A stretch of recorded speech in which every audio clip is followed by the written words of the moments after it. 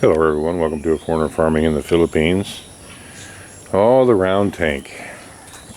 I was going to come down here and talk to Tatai about it a little bit, but it's Sunday and he's gone. He's, I don't know, I haven't talked to him, I don't know what he's doing. But I wanted to ask Tatai just what he wanted to do with this round tank.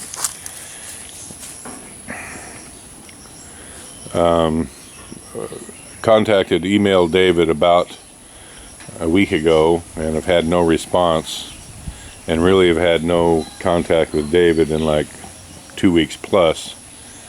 So I think he's just lost interest in this tank. I don't know, because he's not communicating. I just think this has turned into a train wreck because of lack of communication and understanding. Since this tank is for Tatai and Gina, I wanted to ask Tatai exactly what he wanted to do with it. I think this whole thing from the very beginning was destined to be a train wreck, because I don't think, even though David was meticulous in what he had, in his concept and what he had thought about, there were some small things that I don't think were addressed and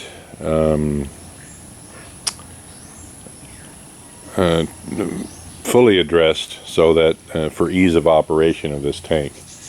I did an inventory of all the materials that David has sent, because this was and kind of still is Gina and Tatai's project, and the whole idea was for Gina and Tatai to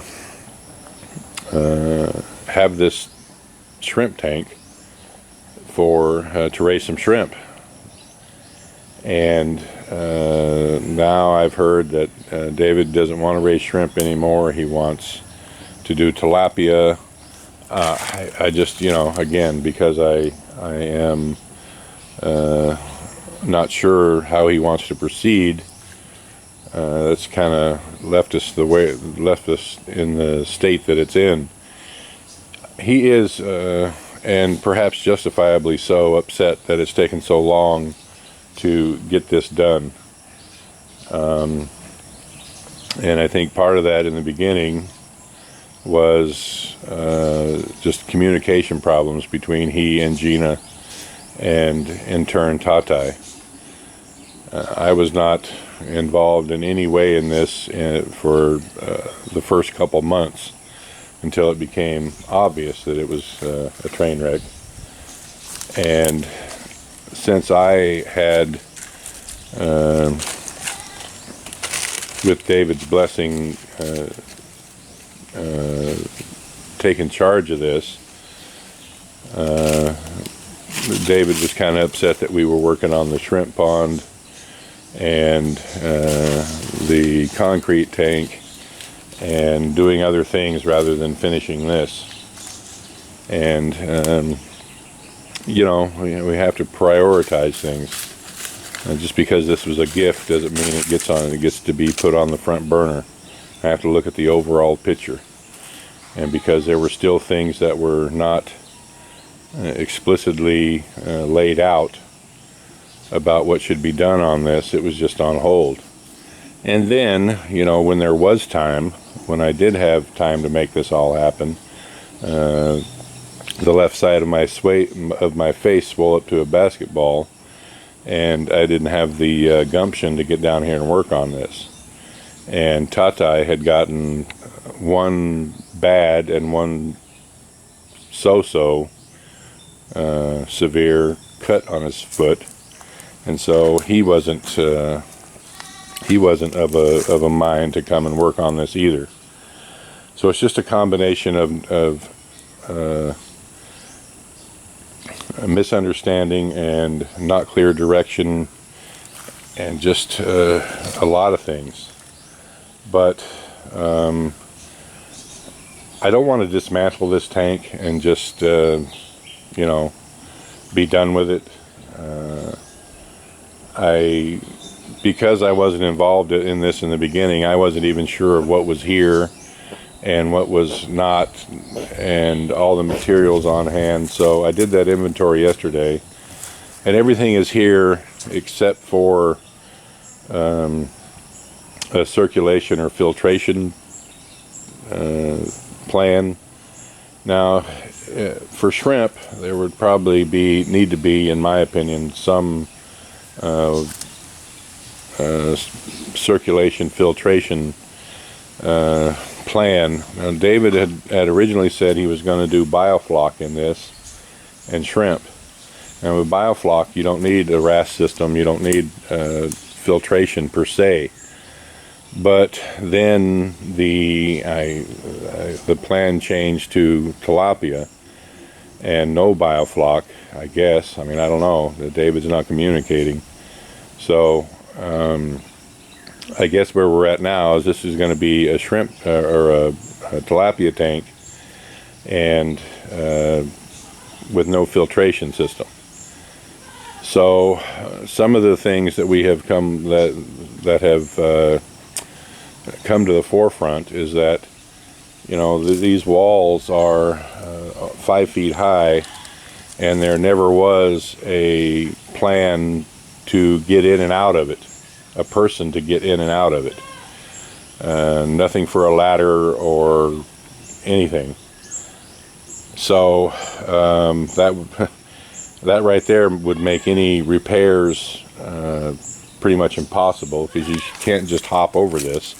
It's not strong enough. And once you're inside, you'd need a way to get out without damaging the liner, and that was never addressed, and that's something that I'm going to have to figure out. There is a small aeration pump, the same size as what I'm using for the tilapia breeding pits. Whether or not that would be big enough for a tank this size, I don't know. For tilapia, probably. For shrimp and biofloc, not even close. So we'll have to figure out some way to get in and out of this, and or do repairs. Since the liner is here, the pump is here. There was never a plan for a roof that was clearly stated to anyone. For shrimp, since they're sensitive little critters, it would definitely need some kind of a roof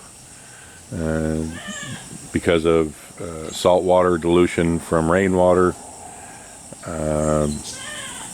As you can see, I mean, this is the bottom of this has been cleaned several times, but you have all this organic matter in it, leaves that come down from all these trees.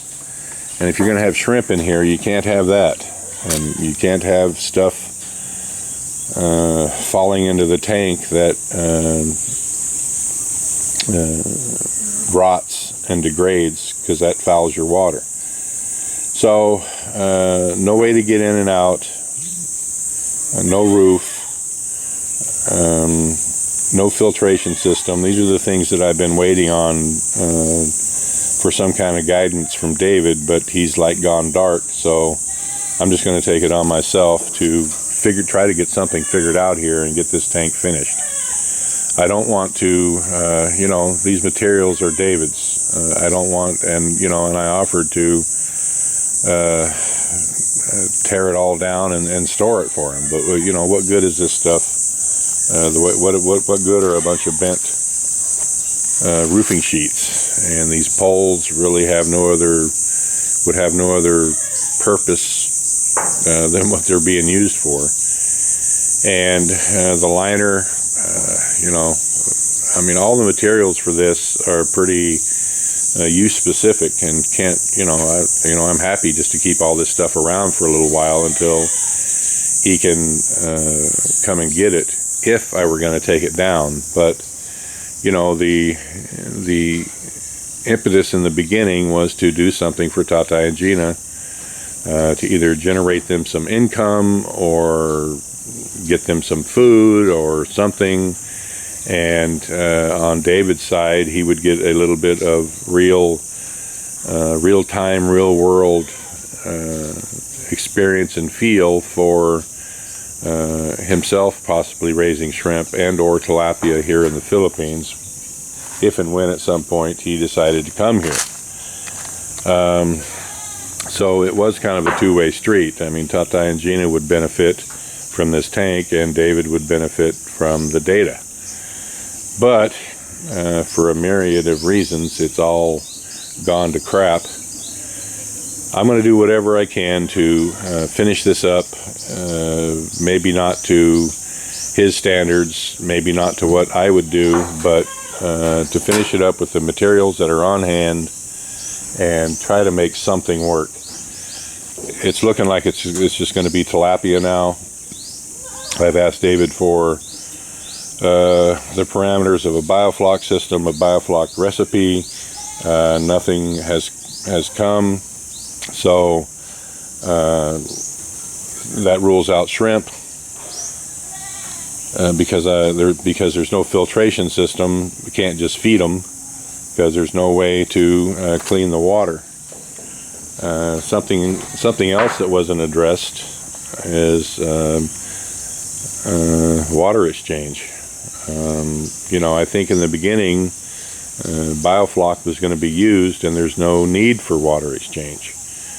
But if tilapia are going to be raised in this, at some point, if you don't have a filtration system, you're going to have to do water exchanges.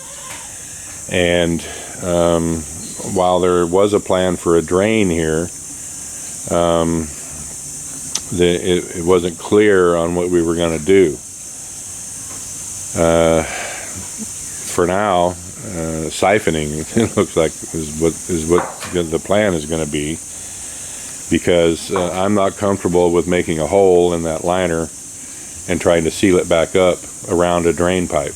The drain pipe would go right there where that stick is, and that's the little trench that's been dug there. To me, putting a hole in that liner and trying to seal it around the drain pipe is just asking for trouble. Yeah, I know you can use silicone adhesive. There's all kinds of things that you can use. None of them, I think, are bulletproof. And something like this has to be bulletproof. There's no room for error. Coming out one morning and there's a quarter of an inch of water in your tank and a bunch of dead whatever flopping around in it is not something that I want to see happen. So I'm not comfortable making a hole in this liner just for a drain. Of course, siphoning, you couldn't get it all out, but you could get most of it out. Another thing was harvest. How are you going to, shrimp or tilapia, how are you going to get them out of here? And I think you have to have a fine mesh net in here to make it simple, because there's no way to even get in and out of this now. So how are you going to harvest it? These walls are pretty flimsy, so you can't have a bunch of weight on them. Like pulling. How are you going to harvest it? Dip around in there with a net? It's just, that was never addressed, and that should have been one of the first things. So I'm thinking just a net similar to the cage. Just build a cage within this tank. Put a net around all of it, the bottom, the walls, so that if and when a harvest was needed to be done, the net could be released however it's fastened and pulled over to one side or the other. You have to build some kind of a stand and then just dip out whatever is going to be harvested with a separate net. That's the way I'm leaning now. So there's Tatay right there. He's come back.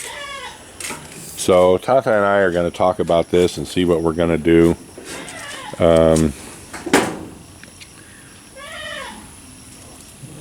I've got to go to the shrimp pond today, so I don't think we're going to do any work on this till this afternoon, but we're going to talk about how we're going to get this done.